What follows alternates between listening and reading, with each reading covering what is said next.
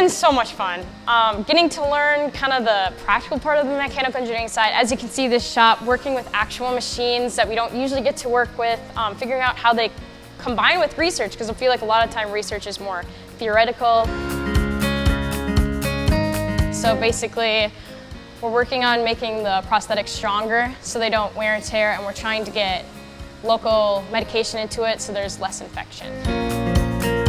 So I'm basically like the manufacturer of it. We compression molded the plastic or polymer. So I created the mold for it that would be squished together. This is a water jet cutter. You need clean fractures for a testing on the polymers on the little sample you saw back there, but liquid nitrogen didn't break it, so we had to actually cut it with this. So I got to use it for a little bit. If you see a professor you like, go talk to them. They love talking about their research.